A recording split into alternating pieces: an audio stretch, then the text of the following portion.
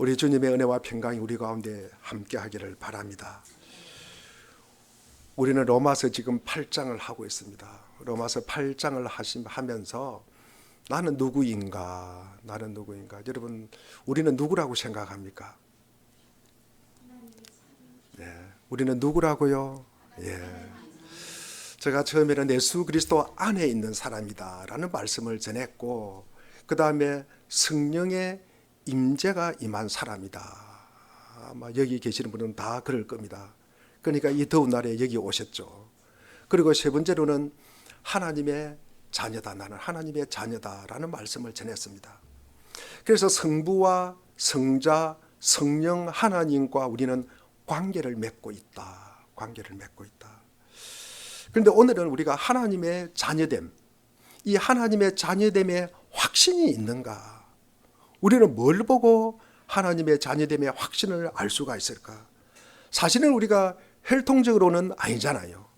우리가 믿음으로 우리는 하나님께 양자로 우리가 택함을 받았습니다. 그런 하나님의 양자됨, 하나님의 자녀됨, 이걸 믿는 확신이 있는가? 우리는 원래 누구의 후손입니까? 원래 우리는 아담의 후손이에요. 진노의 자녀였습니다. 불순종의 자녀였습니다. 원래 우리는 하나님의 말씀을 안 듣는 것이 기본이에요. 하나님 말씀에 배신하고 하나님의 말씀을 갖다가 미워하고 싫어하는 것이 기본이라는 거예요. 원래 인간은 그랬다는 것입니다. 그러나 지금 우리는 하나님의 가정에서 양자로 입양이 되었다. 입양이. 그래서 우리가 새 생명을 받고 그리고 새 성품을 받아서 신의 성품에 참여한 자가 되었다. 그런데 이걸 갖다가 우리가 어떻게 알 수가 있을까? 그래서 성경은 하나님과 가장 닮은 사람이 누굴까? 하나님의 가장 닮은 성품과 인격을 가진 자들이 누굴까? 그래서 그거를 자녀라고 표현하는 거예요. 어떤 성경에는 아들이라고 또 이야기를 합니다. 그래서 우리가 자녀다, 아들이다 하는 것은 하나님과 닮았다는 거죠. 하나님과 가장 유사하다는 말씀입니다. 하나님은 아니지만도 닮은 사람들이 우리가 자녀다라고 이야기를 하고 있는 것입니다. 그래서 오늘 제목을 자녀됨의 확신, 우리가 이런 확신이 있기를 바랍니다. 우리가 하나님과 얼마나 닮았을까? 얼마나 닮았을까? 제가 새벽 예배 때는 말씀을 드렸지만도 우리가 그림 그리는 기법 중에 해와 기법 중에 그 종이가 있으면은 이 종이를 반을 접어 가지고 여기다가 그림 물감을 갖다가 칠해 가지고 딱 접었다가 펴는 기법을 뭐라 그래요? 예, 데칼코마니라 그래요. 데칼코마니. 여러분, 제가 여기다가 그림을 그렸습니다.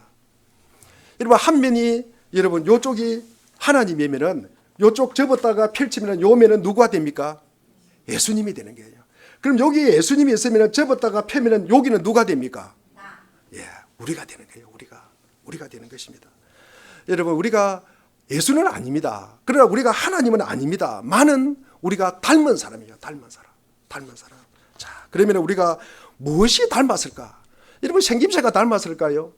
여러분, 그렇지는 않습니다. 우선 우리가 볼 것은 사고방식이 닮았다는 거죠. 그리고 마음이 닮았다는 것입니다. 우리는 하나님의 자녀입니다. 지금 모든 것이 우리가 하나님의 입장에서 본다는 거죠. 우리의 사고방식은 하나님의 입장에서 보는 것입니다. 이것이 닮았다는 거죠. 닮았다. 그러면 하나님의 입장에서 본다는 것이 뭘까? 하나님의 입장에서 보는 것은 우리가 순간이 아니라 우리가 영원의 삶을 살아간다는 거예요. 영원의 삶. 우리가 지금 갖고 있는 이 육신을 갖다가 우리가 벗고 나서도 우리는 영원의 삶을 살아간다는 거죠. 그것이 영생이라는 것입니다. 그래서 우리가 영원의 삶을 살아가는 것이 닮았다는 것입니다. 우리가 전에는 보이는 것이 전부였어요. 눈에 보이는 것이 전부이고 그것을 보고 판단하고 결정을 했습니다. 그러나 지금은 우리는 하나님의 입장이라는 거죠. 우리가 하나님의 사고방식을 갖는다는 거예요. 그래서 우리가 영원의 국면에서 우리가 보게 되고 이것을 알게 된다는 말씀입니다. 골도전서 우리가 2장 16절에 보면은 누가 주님의 마음을 알았습니까? 누가 그분을 가르치겠습니까? 그러나 우리는 그리스도의 마음을 가졌습니다. 우리는 하나님의 자녀들로서 그리스도의 마음을 가졌대요. 그리스도의 사고방식을 가졌다는 말씀입니다. 그래서 하나님의 자녀이시고 그리고 그리스도의 마음을 가진 이게 우리의 마음이라는 거죠. 우리의 마음이 되어야 하는 것입니다. 그리고 제가 다음 주일에 제가 이 사고방식 하나님이 주신 이 사고방식에 대해서는 제가 그 테마만 가지고 말씀을 전하고자 합니다.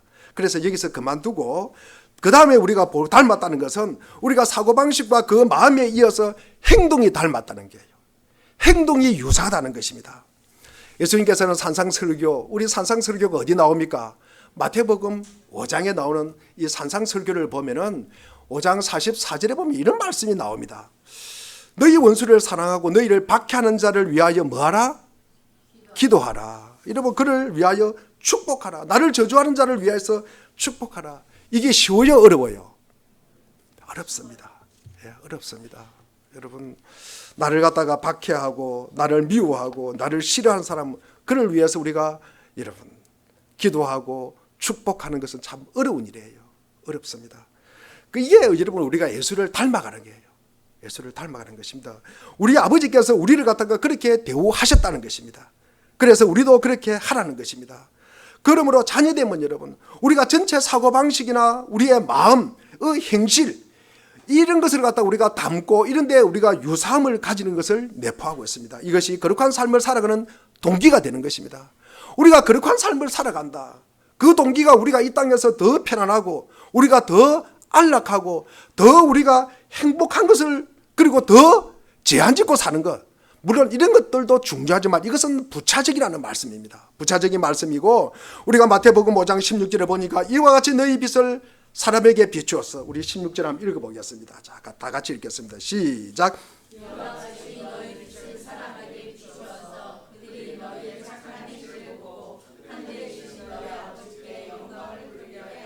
예, 우리의 행함, 우리의 태도, 우리의 대화, 우리의 말투도 마찬가지입니다. 우리의 생활, 우리의 습관 속에 여러분 하나님의 그 마음이 거기에 섬겨져 있어야 된다는 거죠. 거기에 스며들어 있어야 된다는 것입니다. 이 하나님의 마음에 그 안에 녹아져 있어야 된다는 말씀입니다. 에베소서 5장 1절에도 그러므로 여러분은 사랑받는 자녀답게 하나님을 본받는 자가 되십시오. 하나님과의 닮음은 우리의 존재 전체가 되어야 합니다. 우리의 사고방식, 우리의 마음뿐만 아니라 우리의 행동 전체에 이것이 확산되어야 한다는 것입니다.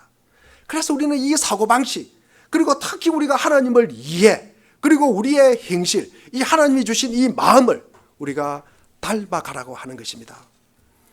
자, 그러면 우리가 이 하나님께서 특별한 우리의 사랑을 주셨을 것인데 우리 마태복음 5장 45절에 보면은 그래야만 너희가 하늘에 계신 너희 아버지 자녀가 될 것이다. 아버지께서는 악한 사람에게나 선한 사람에게나 똑같이 해를 떠오르게 하시고 어려운 사람에게나 불의한 사람에게나 똑같이 비를 내려주신다. 하나님은 모든 사람에게 비도 주시고 햇빛도 주시고 바람도 주시고 여러분 공기도 주십니다. 여러분 우리가 공기 없으면 살 수 있어요? 없어요? 못 삽니다. 그러나 하나님께서 특별히 우리에게만 주는 거 아닙니다. 하나님을 믿는 사람이나 믿지 않는 사람에게 다 주시는 거예요. 여러분 어려운 사람이나 불의한 사람이나 여러분 믿는 사람이나 믿지 않는 사람이나 선한 사람이나 악한 사람이나 모두에게 준다는 것입니다. 그러나 우리가 모든 인류에 대한 하나님의 보편적인 태도와 그리고 이 하나님의 자녀에 대한 태도가 같을까요? 다를까요?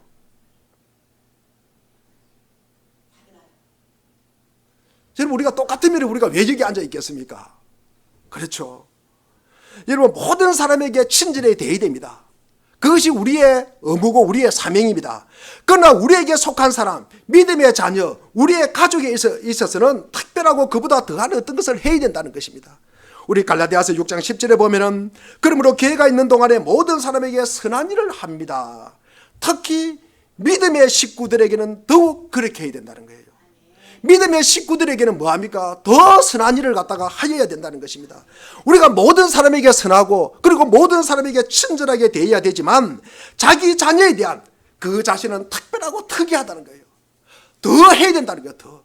더 세상 사람들이 하지 않는 것, 더 불의한 사람들이 하지 않는 것, 더 악한 사람이 하지 않는 것, 더 외에 더 어떤 것이 더 있다는 말씀이에요. 그것이 하나님의 자녀에 대한 관심이에요. 하나님의 자녀에 대한 배려라는 말씀입니다. 특별히 하나님께서 우리에게 특별한 관심을 가지고 계신다는 거죠. 특별한 배려를 갖다가 가지고 계신다는 것입니다. 하나님께서는 말씀하십니다. 하나님은 우리에게 늘 우리의 육신의 아버지처럼 이야기해요. 인간처럼 여러분 육신의 아버지처럼 그런 우리 아버지로서 우리에게 매우 특별한 관심을 가지고 계십니다. 그리고 우리가 잘 되기를 바랍니다. 그리고 우리가 유익하기를 바랍니다. 그래서 특별한 배려를 가지고 있습니다. 그러면 우리가 특별한 관심과 특별한 배려가 뭘까? 그것은 하나님의 특별한 계획이라는 것입니다. 자, 여러분, 우리가 하나님께 기도해요, 안 합니까? 기도합니까, 안 합니까? 네. 하나님께서는 그러면 우리 기도하는 것, 우리가 바라고 요구하는 것만 들어주세요. 그 외의 것도 하나님께서 하셔요, 안 하셔요? 예. 물론 우리가 바라고 원하고 기도하는 것도 들어주지만 그 외의 것도 주신다는 말씀입니다. 자, 아버지는 자녀가 여러분 성숙해질 때까지 여러분 가만두지 않습니다. 여러분. 자녀가 유익하고요. 자기 자녀의 장래를 바라보면 그 마음을 갖다가 품고 계시는 분이 하나님이라는, 육신의 아버지도 마찬가지입니다. 자녀가 잘 되기를 바랍니다. 여러분, 자녀를 위해서 여러분 어떤 일을 계획하고 있다는 말씀입니다. 아이들을 보면은 아이들은 놀고 싶어 해요, 애들이 일하고 싶어 해요? 애들이 놀고 싶어 하는 게 애들이지 않습니까? 애들은 놀고 싶어 합니다. 자기 마음대로 하고 싶은 거예요. 그래서 하나님은 자녀가 학교를 가게 합니다. 왜 학교 가게 합니까? 왜 학교 가게 해요? 예, 배우려고 보내는 거예요. 배우려고 보내는 거예요. 애가 성장하기를 바라기 때문에 학교를 보냅니다. 비가 오나 눈이 오나 보냅니다. 이 날씨가 더운데도 여러분 보냅니다. 그리고 교육을 받아야 되고 이것저것 해야 하는 계획을 가지고 계신다는 것입니다. 우리의 구원 전체가 이 아버지의 영광스러운 계획의 결과물이에요. 사실은 우리가 아버지의 영광이 결국 우리의 영광이 되기 때문입니다. 우리의 삶은 우리를 영화롭게 할 하나님의 계획의 열매라는 것입니다. 이것이 성경 전체가 관통하고 성경 전체가 흐르는 주제입니다. 사실은 우리를 구원받게 하는 것, 이것이 하나님이 바라는 목적이고 성경 전체의 흐름입니다. 우리가 히브리서 2장 10절을 한번 보겠습니다. 같이 한번 읽어보겠습니다. 히브리서 2장 10절입니다. 예, 제가 읽어보겠습니다. 하나님께서는 만물을 창조하시고 만물을 보존하시는 분이십니다. 그러므로 하나님께서 많은 자녀를 영광에 이끌어 들이실 때 그들의 구원의 창시자를 고난으로서 완전하게 하신다는 것은 당연한 일입니다. 하나님의 계획은 그 많은 자녀들이 영광으로 인도되는 거예요. 여러분, 최종적이고 궁극적인 영광이 뭐예요? 우리를 구원받게 하는 것입니다. 우리를 구원에 이르게 하는 것입니다. 그러면 하나님께서 어떻게 우리를 갖다가 그 목표에 이르게 할까? 우리를 어떻게 영광되게 할까? 우리를 어떻게 구원에 이르게 할까? 우리를 인도하시고 우리를 지도하심으로입니다. 오늘 우리 본문 14절에 보니 하나님의 영으로 인도함을 받은 사람은 누구나 하나님의 자녀입니다. 히브리서 우리가 12장 6절과 10절을 더 보면은 우리가 주님께서는 사랑하시는 사람을 징계하시고 받아들이는 아들마다 뭐 하신다? 채찍질을 하신다. 우리 10절 한번 읽어보겠습니다. 12장 10절입니다. 자, 시작. 육신의 아버지는 잠시 동안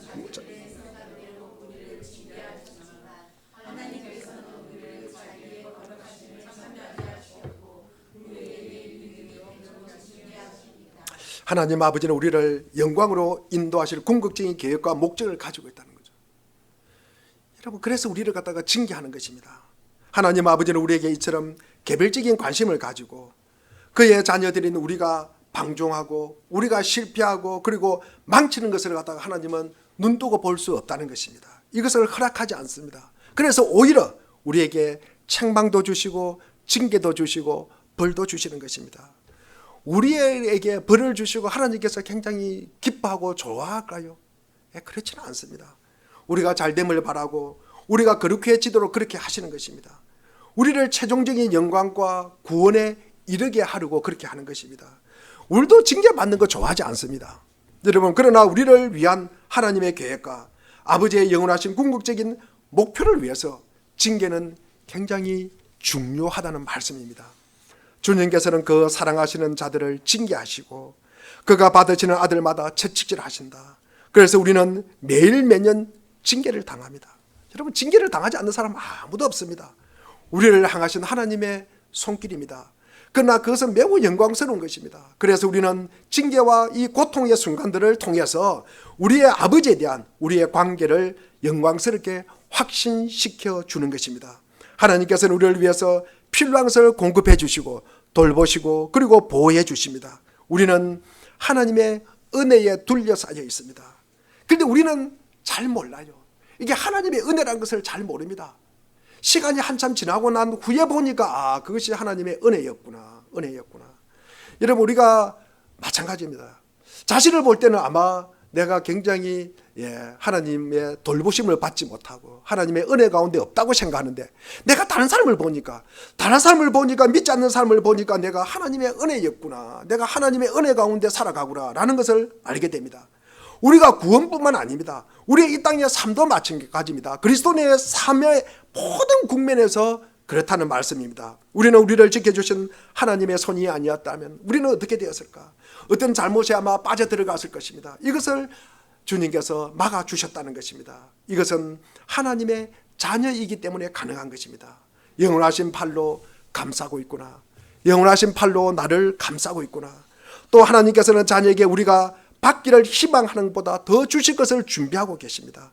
이것을 통해서도 우리는 하나님의 자녀라는 확신을 갖게 됩니다. 마태복음 6장 8절에 보니 하나님 너희 아버지께서는 너희가 구하기 전에 너희에게 필요한 것이 무엇인지 알고 계신다라고 말씀하셨습니다. 그의 자녀된 자들 향하신 하나님의 위대하시고 그리고 하나님다운 아버지다운 마음과 사랑의 표현입니다. 우리는 우리를 받아주실 것이라는 것을 믿어요. 그래서 우리는 하나님을 완전히 신뢰하고 그분에게 천진난만하게 뛰어갑니다. 어린아이처럼 뛰어갑니다.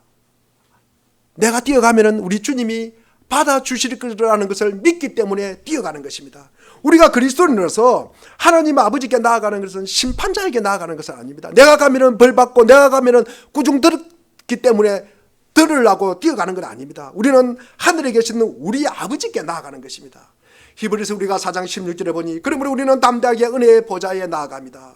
곧 은혜의 보좌 앞에 담대히 나아간다. 확신과 신뢰를 갖고 나아갑니다. 그러면은 우리는 심판에서 내가 생명으로 옮겨졌구나 라는 확신을 가지도 좋습니다. 우리는 하나님의 자녀입니다. 하나님의 자녀라는 확신을 가지십시오. 여러분, 하나님의 자녀에 대한 아버지의 태도가 어떨까? 시편 27편 10절에 보면은 나의 아버지와 나의 어머니는 나를 버려도 주님은 나를 돌봐 주신다. 육신의 아버지 어머니는 우리를 버릴 수가 있습니다. 그런 경우가 잘 없지만도 그럴 수가 있습니다. 그런 삶이 힘들면은 그럴 수가 있어요.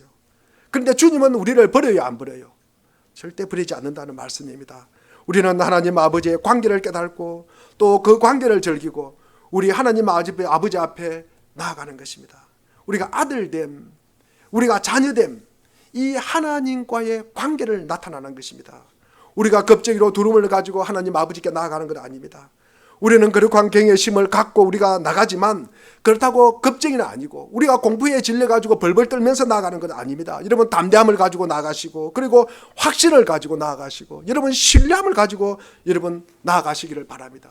이것이 하나님의 자녀됨의 확신이라는 것입니다. 에베소서 2장 18절에도 이방 사람과 유대 사람 양쪽 모두 그리스도를 통하여 한 성령 안에서 아버지께 나아가게 되었습니다. 우리는 아버지께 나아갑니다. 그런데 어떻게 한 성령 안에서 아버지께 나아간다는 거예요? 여러분, 우리의 속도는 다를 수가 있습니다. 우리가 아버지께 나아가는 속도는 다를 수 있지만 우리가 하나님께 나아가는 방향은 뭡니까? 똑같다는 말씀입니다.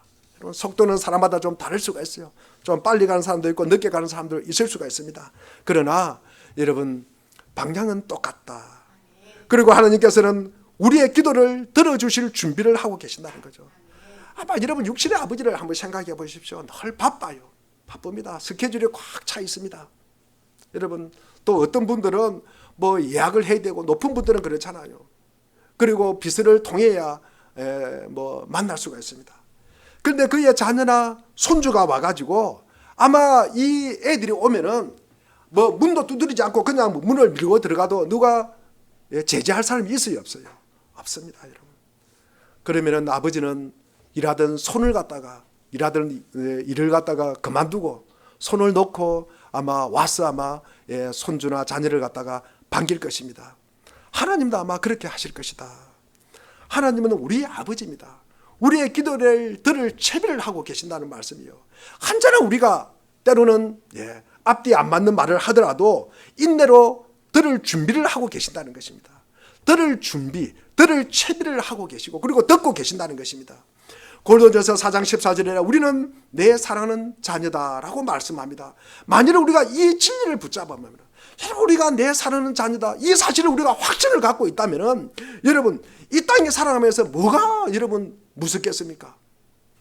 여러분 우리가 하나님의 삶 속에서 우리가 내가 하나님의 자녀라는 이 사실을 갖다가 명확하게 인식하고 내가 살아간다면, 여러분 우리의 삶 속에 여러분 혁명적인 일이 아마 일어날 것입니다. 나의 사고방식이 아마 바뀔 것이고 내 어떤 삶에 여러분 마음도 여러분 바뀔 것입니다. 여러분 그리고 여러분들의 행실 여러분 바뀔 것입니다. 이것은 틀림없이 바뀔 것입니다. 여러분 나는 하나님의 자녀다. 여러분 뭐가 무섭고 뭐가 여러분 의심이 됩니까? 여러분 성경에서는 힘줘서 말하고 있습니다. 이것은 여러분 우리가 받아들이고 안 받아들이고 우리 자신이에요. 우리 자신. 성령이 하는 일입니다. 여러분 하나님의 영으로 인도함을 받은 사람은 하나님의 자녀라고 하였습니다. 여러분 그러면은 영으로 인도함을 받지 않는 사람은 하나님의 자녀다 아니다? 다시 한번 묻겠습니다. 오늘 14절입니다. 여러분 우리 로마서 8장 여러분 잘 외우십시오. 여러분 후반기 때 우리가 암송할 장이잖아요. 하나님의 영으로 인도함을 받은 사람은 누구나 하나님의 자녀입니다. 그럼 하나님의 영으로 인도함을 받지 않는 사람은 하나님의 자녀입니까? 아닙니까? 아니라는 말씀이죠. 결국에는 모든 사람이 하나님의 자녀는 아니라는 말씀입니다. 그렇죠? 모든 참된 그리스도인들은 하나님의 자녀입니다. 그러나 이 자녀의 자격이 어떤 특별한 사실이 있다는 것, 여러분 어떻게 우리는 하나님의 자녀됨을 확신할 수 있을까? 오늘 본문에 하나님의 성령의 인도함을 받는다면 우리는 하나님의 자녀라는 확신을 가지도 좋습니다. 우리 로마서 8장 9절에 보면은 그러나 하나님의 영이 여러분 안에 살아계시면 여러분은 육신 안에 있지 않고 성령 안에 있습니다. 누구든지 그리스도의 영이 없으면 그리스도의 사람이 아니래요. 누구든지 그리스도의 영이 없으면, 그러니까 하나님의 영이 있고 그리스도의 영이 있어야 된다는 거예요. 그래야 그리스도의 사람이 되는 것입니다. 여러분 13절도 마찬가지입니다. 여러분이 육신을 따라 살면 죽을 것입니다. 그러나 여러분이 성령으로 몸의 행실을 죽이면 살 것이다. 하나님의 영은 우리 속에 있는 어떤 보편적이고 그런 어떤 신기한 정신을 갖다가 의미하는 거 하는 거 아닙니다. 여러분 하나님의 성령 자신이에요. 하나님 성령 자신입니다. 그래서 하나님의 영의 인도함을 받는 것은 어떤 그리스도인에게만 해당되는 것이 아닙니다. 여러분 그리스도인 모두에게 해당되는 말씀입니다. 그러면 우리가 아마 궁금한 점이 있을 것입니다. 성령의 인도함을 받는다는 것이 뭘까? 여러분 우리가 구약에서는 성령의 인도함을 어떻게 받았을까? 성령 인도함을 어떻게 받았을까? 이스라엘 백성들이 여러분 어떻게 성령의 인도함을 받았을까? 그럼 구약에 영이 없었습니까? 영이 있었어요. 있었습니다. 사울도 받고 많은 사람들이 영의 인도함을 받았습니다. 이스라엘 백성도 마찬가지입니다. 이스라엘 백성들은 하나님의 자녀입니다. 하나님의 특별한 자녀입니다. 그리고 애굽의 이 포로에서 벗어나서 가나안 땅으로 인도함을 받습니다. 이 가나안 땅은 젖과 꿀이 흐르는 땅입니다. 그들이 어떻게 인도함을 받았습니까? 여러분 낮에는 무슨 기둥? 낮에는 무슨 기둥? 밤에는 불기둥. 낮에는 구름 기둥, 밤에는 불 기둥으로 인도함을 받았습니다. 우리 신명기 우리가 31장 15절에 보면은 그때 주님께서 구름 기둥 가운데서 장막에 나타나시고 구름 기둥은 장막 어기 위에 머물러 있었다. 구름이 장막 위에 머물러 있었대요. 여러분 구름이 장막 위에 머물러 있으면은 여러분 이스라엘 백성들이 움직여요, 안 움직여요? 안 움직입니다. 그러나 구름이 장막에서 떠올라서 이 구름이 움직이면은 이스라엘 백성들이 움직여요, 안 움직입니까?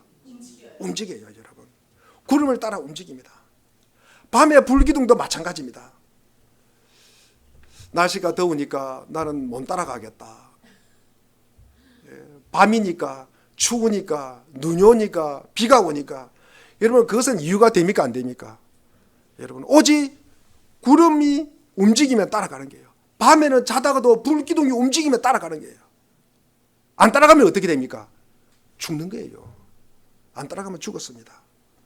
이런 방식으로 이스라엘 백성은 홍해를 걷고 광야를 갔다가 40년을 걸었습니다. 전체의 삶이 뭡니까? 구름기둥, 불기둥으로 의해서 여러분 인도되는 거예요. 그게 다른 말로 지배된다는 말씀입니다. 지금 우리도 그와 같은 조건이 있음을 갖다가 가르치고 있습니다. 여러분, 다만 지금은 이런 영적인 형태로 인도함을 받지만 구약에서는 물리적인 인도를 받았습니다. 그러나 하나님의 자녀들은 애굽에서 성령에 의해서 인도함을 받았습니다. 다시 말해서 이 세상의 죄의 굴레에서 벗어나서 하늘의 가나안 땅 위에 있는 이 예루살렘을 향해서 성령의 인도를 받고 있다고 말할 수가 있습니다. 우리가 그리스도인에게 있어서의 삶은 자기가 순례의 길을 가고 있다는 것을 깨닫는 사람들입니다. 우리가 순례의 길을 간다. 이것은 우리가 영혼의 삶을 살아간다는 거예요. 우리가 영혼의 입장에서 우리가 세상을 바라보고 살아간다는 것입니다. 이스라엘 자손들이 나아가는 길에는 여러분 원수들이 있었습니까? 없었습니까? 원수들이 엄청 많이 있었습니다. 여러분 가는 길마다 여러분 방해하고요. 그리고 그것뿐만 아니라 먹을 것도 없고 마실 것도 없고 그 위에 엄청난 어려움과 불편함이 많았습니다. 그러나 하나님은 구름기둥 불기둥으로 그들을 갖다가 끝없이 인도하였습니다. 주님이 그들과 함께, 그리스도는 그들이 따르는 반석이라고 고린도전서 10장 4절에서 말씀하고 계십니다. 이러한 것들이 하나님의 인도를 우리에게 보여주는 현상입니다. 우리 그리스도인들의 삶은 이런 방식으로 생각하는 것을 우리가 엄청나게 위로가 되고, 그리고 우리에게 용기가 되고 우리가 살아가는데 소망이 되기를 바랍니다. 우리에게 있어서 세상은 광야입니다. 우리는 일어나는 일들을 통해서 그것을 알 수가 있습니다. 여러분 우리가 알고 있는 문제들, 여러분 공해나 여러분 오염이나 여러분 전쟁이나 여러분 갈등이나 여러분 싸움이나 여러분 부패, 이런 추함 속에서 그런 것들을 우리가 발견할 수가 있지 않습니까? 여러분 세상은 황량한 광야입니다. 그러나 우리는 우리가 바라는 이 가나안 땅까지 내내 인도함을 받고 있습니다. 우리는 하나님의 성령의 인도함을 받아야 되는 것입니다. 어떻게 이런 일이 일어날까? 여러분 무릇 인도함을 받은 그들은 무릇 인도함을 받고 있다. 인도함을 받고 있다는 것은 뭡니까? 수동태입니까? 능동태입니까? 여러분 수동태예요. 수동태. 이게 인도함을 받고 있다. 그런데 바울은 우리를 갖다가 안락 의자에 앉힌 채로 우리를 갖다가 싹 안고 가는 것, 그렇게 아니라고 이야기를 하고 있습니다. 우리가 인도함을 받고 있지만 실제로는 뭡니까? 우리가 발로 가는 거예요. 우리의 발로. 우리의 걸음으로, 우리의 무릎으로, 우리의 손과 발로 가는 거예요. 우리가 가는 것입니다. 우리를 뭐 보자기에 딱 싸가지고 홍해 건너듯이 딱 건너가게 하는 거 아닙니다. 여러분 비유로 우리가 홍해를 건널 때 독수리를 업어서 막 건넜다고 이야기를 합니다. 그러나 우리가 그 길을 건넜어요. 우리의 발로 그 길을 건넜습니다. 우리가 살아가면서 우리가 믿음의 사람들이 하나님께서 알아서 하실 것이다. 하나님께서 하나님께 모든 것을 내 삶을 살아라고 넘겨드렸다. 여러분 그것은 비성경적입니다. 여러분 우리가 살아가는 거예요. 우리가 살아가는 것입니다. 우리는 한 인간이에요. 하나님의 인도함을 받으면서 살아가는 것입니다. 우리는 인도와 지시를 갖다가 필요로 하는 거예요. 그러나 우리는 그래야만 합니다. 그래야만 합니다. 그러므로 그것은 여러분 수동태이면서 현재 진행형이 되는 것입니다. 무릇 하나님의 영으로 인도함을 받은 그들은 하나님의 자녀들이라. 하나님의 영으로 인도함을 받은 사람들은 하나님의 자녀라는 확신을 할 수가 있습니다. 인도함을 받는 그들, 우리가 여러분 태워져서 우리를 태우고 어떤 힘에 의해서 강제로 여러분 우리가 밀려가는 것이 아니라는 말씀이에요. 그런 것이 아니다. 우리 누가복음 4장 1절에도 보면은 예수님도 그렇습니다. 예수님께서 성령으로 가득하여 요단강에 돌아오셨다. 그리고 그는 성령에 이끌려서 광야로 가셨다. 그래서 뭐 했습니까? 광야로 가서 예수님이 시험을 당하잖아요. 시험을 당합니다. 성령의 인도는 뭡니까? 그 사람의 동의가 있어야 돼요. 동의가 있어야 됩니다. 그게 반드시 필요하다는 것입니다. 하나님께서 억지로 강요하고 억지로 강요하면서 두름으로 그리고 이런 폭행하면서 때리면서 데리고 가지는 않습니다. 성령은 하나님 자녀들을 운전하는 것이 아닙니다. 여러분 그러면 성령이 하는 일이 뭘까? 여러분 성령이 하는 일이 뭐예요? 여러분 하나님의 자녀들을 갖다가 확신시키는 것입니다. 여러분 무엇으로? 성령은 확신을 통해서 우리를 갖다 인도한다는 거예요. 성령은 우리의 의지를 갖다가 설득시키는 것입니다. 설득시키는 것.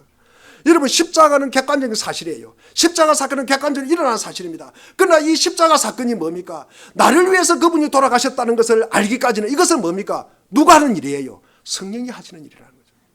성령이 하시는 일입니다. 성령이 그 마음을 주어야 여러분, 내가 십자가에 죽었구나. 돌아가신 그분이 나였구나. 나 죄 때문에 돌아갔구나. 그래서 그분과 동일시할 수 있는 거예요. 동일시할 수 있다는 것입니다. 그래서 내가 이 땅에 죽었다는 표현을 갖다가 쓸 수가 있는 것입니다. 여러분, 우리 기독교는 여러분 강제로 하는 건 없습니다. 여러분, 강제적으로 여러분 구원하는 거 없습니다. 가끔 가다가 보면은 그런 사람들이 있어요. 옛날에 내가 무슨 집회에 참여했는데 내가 이렇게 손 들고 내가 회심을 했다. 근데 지금은 아니다. 내가 그때는 아마 머리가 약간 어떻게 돼가지고 했다. 뭐 그런 이야기를 합니다. 그러나 여러분, 그 당시는 어떻든 간에 그 당시는 자기가 자발적으로 한 것입니다. 절대 기독교는 강요가 없습니다. 여러분, 사람은 그의 의지에 반하여 구원을 것들 절대로 받지를 못합니다. 여러분, 성령이 하시는 일은 우리를 갖다가 그 사건을 통해서 조명하게 하시고 깨닫게 하시고 설득하게 하는 것이라는 거죠. 그래서 그렇게 하여야 우리가 하나님의 일을 갖다가 사모하게 되는 것입니다. 성령은 새로운 원리와 새로운 마음을 우리 속에 부어주는 것입니다. 그런 다음에 우리는 그런 일을 갖다가 사모하게 되는 것입니다. 여러분, 구원은 우리의 의지를 갖다가 꺾어버리고 그 사람을 탄압하고 강제하는 것이 절대 아니다. 여러분, 이것은 우리에게 설득의 문제입니다. 우리가 사실 요한복음 우리가 요한 1서 5장 3절에 보면은 이런 내용이 나옵니다. 하나님을 사랑하는 것은 그 계명을 지키는 것입니다. 하나님의 계명은 무서운 짐이 아닙니다. 여러분, 어떻게 그 계명을 지키는 것이 그리스도인에게는 여러분 무겁지 않습니다. 그리스도인에게는 짐이 안 됩니다. 그러나 비그리스도인, 그러니까 자연인에게는 여러분 이게 무거운 짐이 되는 거예요. 여러분, 무거운 짐이 됩니다. 엄청난 짐이 됩니다. 여러분, 비그리스도인들은 당신들이 기독교를 갖다가 나를 원하지 않는다고 우리에게 말하잖아요. 우리가 가끔 가다가 우리가 교회를 다니세요 이러면 나 교회 싫다. 나 그런 교회 안 간다. 뭐 왜냐고 물으면은 아니 기독교는 너무나 옹졸하다. 너무나 협소하다. 왜 예수 그리스도를 통해서만이 구원을 받을 수가 있느냐고 그렇게 반문을 합니다. 우리에게 공격하듯이 합니다. 그래서 하지 말라는 것도 많고 그래서 내가 교회 가기 싫다. 그렇게 이야기를 합니다. 여러분, 비그리스도인에게는 여러분 그 계명이 무거운 것이에요. 여러분, 짐이 되는 것입니다. 그리고 그런 계명을 미워해요. 지키지 않습니다. 여러분, 멀리합니다. 그러나 그리스도인은 그의 계명이 무거워요, 가벼워요? 가벼워요. 짐이에요, 짐 아니에요? 짐 아니라고 생각합니다. 여러분, 그 사람은 하나님께 설득을 당했다고 우리가 솔직하게 말할 수가 있는 것입니다. 새로운 이해를 가졌다는 거예요. 이 새로운 이해라는 것은 순간이 아니라 영혼의 국민으로 세상을 갖다가 바라보게 되었다는 말씀입니다. 우리가 마태복음 5장 6절에 보면은 의에 줄이고 목마른 사람은 복이 있다. 그들이 배부를 것이다 라고 이야기합니다. 그런 입장입니다. 우리가 시편 32편 8절과 9절에도 보면은 주님께서 말씀하셨다. 네가 가야 할 길을 내가 너에게 지시하고 가르쳐주마. 너를 눈여겨보며 너의 좋은 자가 되어주겠다. 너희는 제갈과 굴레를 씌워야만 잡아둘 수 있는 분별 없는 노새나 말처럼 되지 말아라. 우리는 말이에요. 말입니까? 말 아닙니까? 말 아니에요. 우리는 노새 아닙니다, 여러분.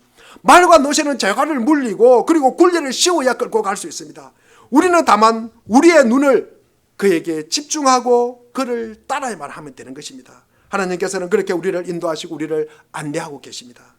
제갈을 물리고 그리고 굴레를 씌워서 단속하고 강요하는 것 절대로 아닙니다. 우리가 이사야 30장 21절 말씀을 우리 같이 한번 읽어보겠습니다. 이사야 30장 21절입니다. 자, 같이 읽겠습니다. 시작.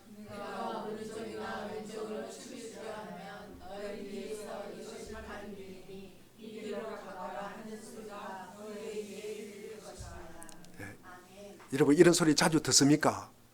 여러분, 우리는 우리 뒤에서 속삭이고 말씀하시는데 이 복된 음성을 들을 수가 있어야 합니다. 우리는 듣고 반응하는 것입니다. 하나님께서는 그런 방식으로 인도하고 말씀과 설득으로 인도하십니다. 영의 인도함을 받는다는 것은 우리의 삶이 성령의 인도와 지시와 그리고 성령의 지도를 받는 것을 의미합니다. 그것이 그리스도인으로서 행동하게 만든다는 것입니다. 그러나 아무리 여러분 비그리스도인, 우리가 자연인이라고 말합니다. 자연인들은 최선을 다한다, 남을 이해하고 남을 도와준다 할지라도 여러분 하나님의 성령의 인도와 안내를 받는 일은 절대 없습니다. 그러니까 비그리스도인들은 자기 자신의 욕망에 의해서 여러분 인도함을 받는 것이에요. 욕망 위에 어떤 것도 여러분 그를 인도하지 않습니다. 비그리스도인들은 어떤 것을 하라고 하면 하나의 강요로 느껴진다는 거죠. 짐으로 느껴진다는 것입니다. 그래서 비그리스도인들은 그의 충동과 그의 권능과 그의 감정과 그의 탐욕과 그의 욕망과 그리고 육체적인 조직과 부패한 마음에서 우러나는 것에 의해서 인도함을 받는다는 겁니다. 결국 자기 배경은 뭡니까? 자기 욕망입니다. 여러분 주로 비그리스도인들은 여러분 광고나 인터넷으로 인도함을 요즘은 많이 받고요. 그리고 훌륭한 사람은 이성 그리고 상식의 인도를 갖다가 받고 있습니다. 비그리스도인들은 절대로 성령의 인도를 받지 않습니다. 자기 자신의 이해와 의지와 그리고 지식과 감정을 갖다가 사용하는 것입니다. 그리스도인은 자연적인 힘에 의해서 인도함을 받는 것이 아니라 하나님의 영의 인도함을 받는다. 결국 그의 삶이 하나님의 성령의 인도와 그리고 지시를 받아서 움직이고 있다는 것입니다. 그렇다고 우리가 완전한 것은 아닙니다. 그러나 그의 삶이 주요 경향성이 여러분 성령에 의해서 지도되고 있다는 것입니다. 여러분의 삶의 전체를 볼 때 여러분이 생각하는 삶과 느낌과 행동과 의지와 그리고 그 모든 것이 하나님의 성령의 지시 아래에 있다고 말할 수가 있습니까? 여러분 완전함을 요구하는 것은 아닙니다. 그러나 여러분 스스로 나의 모든 결정과 나의 실수 그리고 그런 모든 것들이 나에게는 사실이지만 내 삶에 있어서 주도적이고 그리고 중추적인 힘은 성령의 인도로 내가 살아가고 있다라고 우리가 말할 수가 있습니까? 여러분이 그렇다고 말할 수 있다면 여러분은 하나님의 자녀입니다. 따라서 그것이 바로 여러분이 직면해야 할 문제입니다. 여러분이 그렇다고 힘줘서 말할 수 있기를 바랍니다. 여러분 이것을 확신할 수 있기를 바랍니다. 하나님의 성령에 의해서 여러분의 삶의 중요한 방향이 여러분 결정되기를 바랍니다. 그렇게 되어야 한다는 것이 우리의 최대의 바람입니다. 우리 사랑하는 물된 동산교회 교회 여러분, 그렇다면 여러분에게 어떤 것이 사실이라 할지라도 여러분의 결정과 실수가 어떤 것이라 할지라도 여러분의 상황과 현실과 결과가 어떠할지라도 저는 여러분에게 하나님 자신의 권위를 두고 말할 수 있습니다. 여러분은 하나님의 자녀입니다. 그러므로 우리는 지상 여정에 헛되지 않을 것이고 우리의 싸움과 고난과 땀도 여러분 헛되지 않을 것이고 그리고 우리의 믿음과 소망도 여러분 절대로 좌절되지 않을 것입니다. 하나님의 자녀로 미래의 영광에 대한 희망을 갖고 영생의 약속을 꼭 붙잡으십시오. 그러면 우리를 사랑하시고 우리를 강하게 하시고 우리에게 능력 주시고 우리를 인도하시고 우리를 보호하시고 우리를 지탱하시고 우리를 영원한 영광으로 인도하는 분을 통해 우리의 삶의 모든 고난과 모든 싸움과 모든 도전에서 우리는 반드시 승리할 것입니다. 그게 자녀들로 하나님에 대한 확신입니다. 이런 하나님의 자녀됨의 확신 우리 모두에게 늘 여러분 충만하시기를 주의 이름으로 축원드립니다. 기도하겠습니다. 하나님 아버지